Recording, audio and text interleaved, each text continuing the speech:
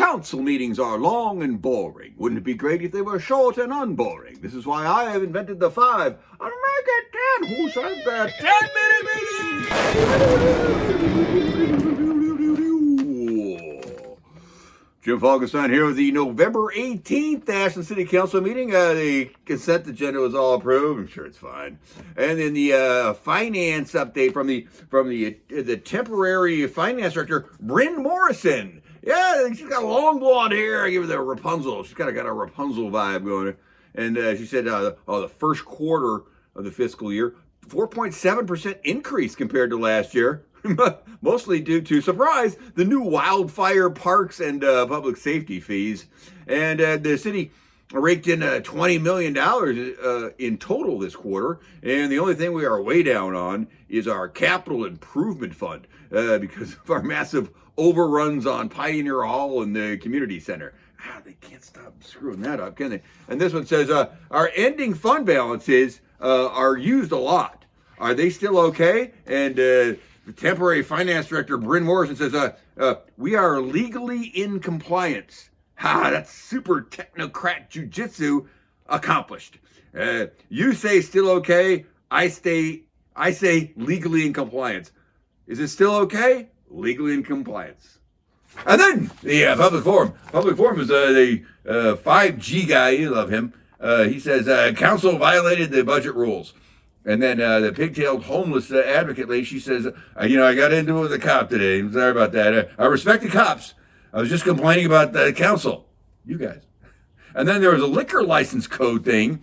And the city recorder says, the city manager can now sign liquor license changes, skipping this whole council. It's just faster. All approved. So city manager just absorbing power like a sponge. And then the winter shelter at 2200 Ashland Street. City manager side-eye Sabrina Cotta. She goes, we're working with Aura to staff the shelter. I can make this an every night winter shelter, more than just an emergency shelter. When it, when it goes under 32 degrees. And Aura is chipping in $100K from a grant it got, and the city is only paying $30K for the entire winter, from December 1st to April 1st. And I believe the deal is there's 30 to 32 people who get pre-screened for the entire winter, and they get a bed every night until they skip 2 nights in a row, they miss nights. And then on 32 degree nights, 20 extra people can squeeze into the floor somewhere. I think maybe that's the deal. Somebody explained that better than I've seen. And no one is allowed to leave the shelter until 10 a.m. to protect children who might be walking to school. Holy cow! That's real. That's written in the agenda. It says that. And so this one goes, she goes, hey, so this year's paid for in the budget, but next year in the budget, are we short money for this? And somebody goes, that's true. It's not in next year's budget. And this one goes, hey, there's the mayor right there. She says, how do you decide who gets in the shelter beds? And the Aura guy comes up and he says, we put 1 to 3 people into our Aura hotel every month. So we'll easily interview people at the night lawn and stuff like that and figure it out. And then this one says, she goes, hey, people who are afraid of this new shelter and can just still camp on the night lawn, right? Behind the police station. And she goes, yeah, and this one goes, yeah, that's true. And then the Aura guy jumps up and goes, hey, FYI, we just might not get that $100,000 grant next year, so it's not guaranteed for next year. And then for this specific issue, public forum, the lady in glasses said the city needs to require a summary and after action from all vendors working at the night shelter. That's a good idea. And the hair clip lady said, I was homeless for 2 years. I am homeless for 2 years. I was in healthcare and I helped a lady in a wheelchair with sepsis and maggots and skin falling off who I found in a bush. And it's so terrible out here for the homeless. And then the sweater vest guy said, here's 3 decades of stories. Told a bunch of them. And then he said, I slept with the homeless on the floor of my church, stuff like that. And then a big scarf lady said, I am presently living in Aura right now as a recovering addict and recovering sex abuse victim, and I'd love for a ladies-only camping area for the homeless. And then Corduroy Jacket showed up and said, I've had a number of attempts on my life recently. That cop back of the room saved me once. Elder abuse is rampant, and violence is up 32% under this police chief. And by the way, I helped that wheelchair lady too, but the police didn't. And then this goes, oh yeah. Oh, that's great. Yeah, move to approve the shelter idea. This one says, this is great, but I hope we listen to the ad hoc committee's recommendations, because we don't.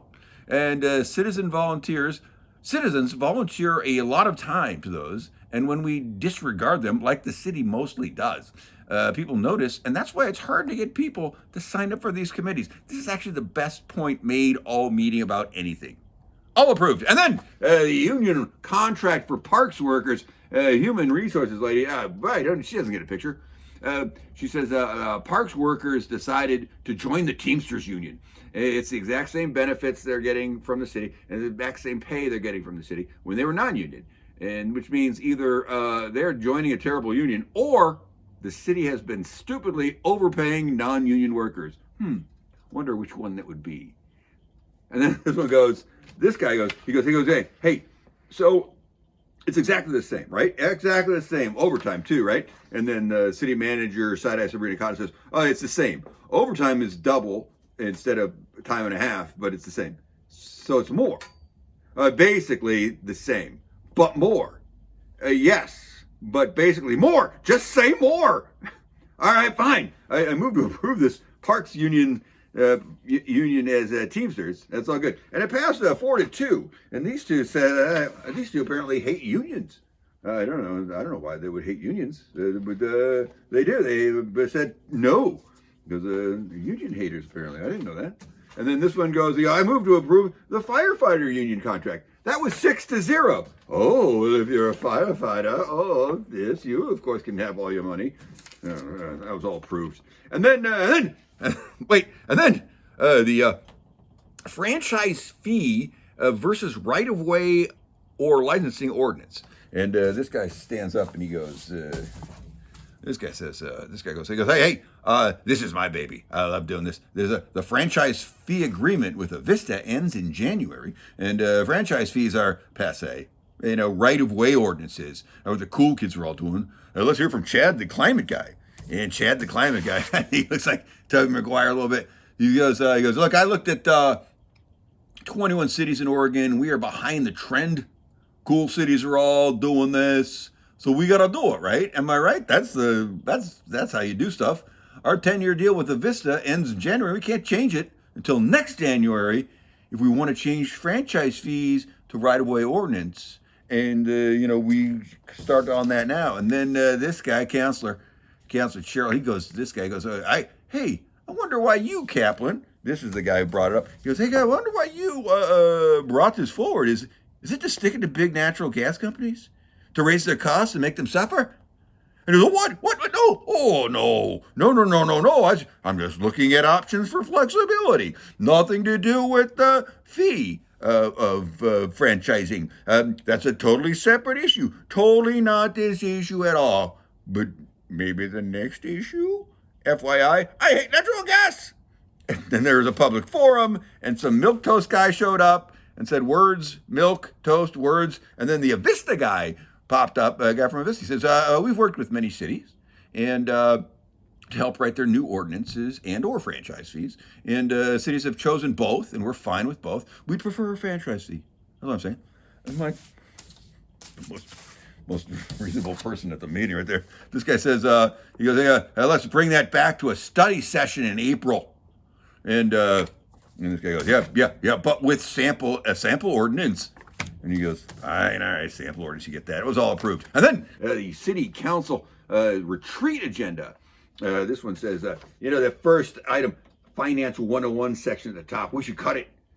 And Side-Eye Sabrina Cotta, city manager, goes, hey, it's short for the public. He goes, cut it. And this one goes, where's this next genius? Here he is. He goes, hey, we should add to the city and the electric master plan and, all master plans to this meeting. And Side-Eye Sabrina Cotta, city manager, says, this is not a department plan meeting. It's just a general fund meeting. And this one says, this meeting is so we can make a list of what other meetings to have later. Ooh, man, oh man, Assistant Manager 101, meeting to have more meetings. And this one says, he goes, let's have the meeting here, council chambers, instead of that 51 Winburn Way, a tiny little room. And that was all approved. And then the city manager's report. Side-eye Sabrina Cotta, she goes, the Storytown app is coming, and it's a new app. We give money, by the way, to the Chamber of Commerce, the Travel Ashland, and of course the city, and none of them can make a calendar. So apparently this new nonprofit has made a calendar of events just for Ashland, and maybe it's going to be on the city website. Who's in charge of it and who gets to be on it? Who cares? None of your business. And then the look ahead. This is new. Look ahead. She talks about the look ahead, which is like the next meeting. This is the first time she's done that. She was presented in patented side-eye style, so it was practically unintelligible, but it seems like on the next meeting of December 2nd, there will be a second reading of the Grand Terrace project, north out of town on Route 99. There's going to be some process, beginning the process of selling the 825 acres of the Imperatus property on the other side of the freeway that the city owns. And there'll be an extending of the portable signs downtown program, and that was the little sandwich signs in front of stores and restaurants downtown, which was begged for for years by businesses downtown, and turns out, it's probably fine. That's it. End of meeting. You're welcome.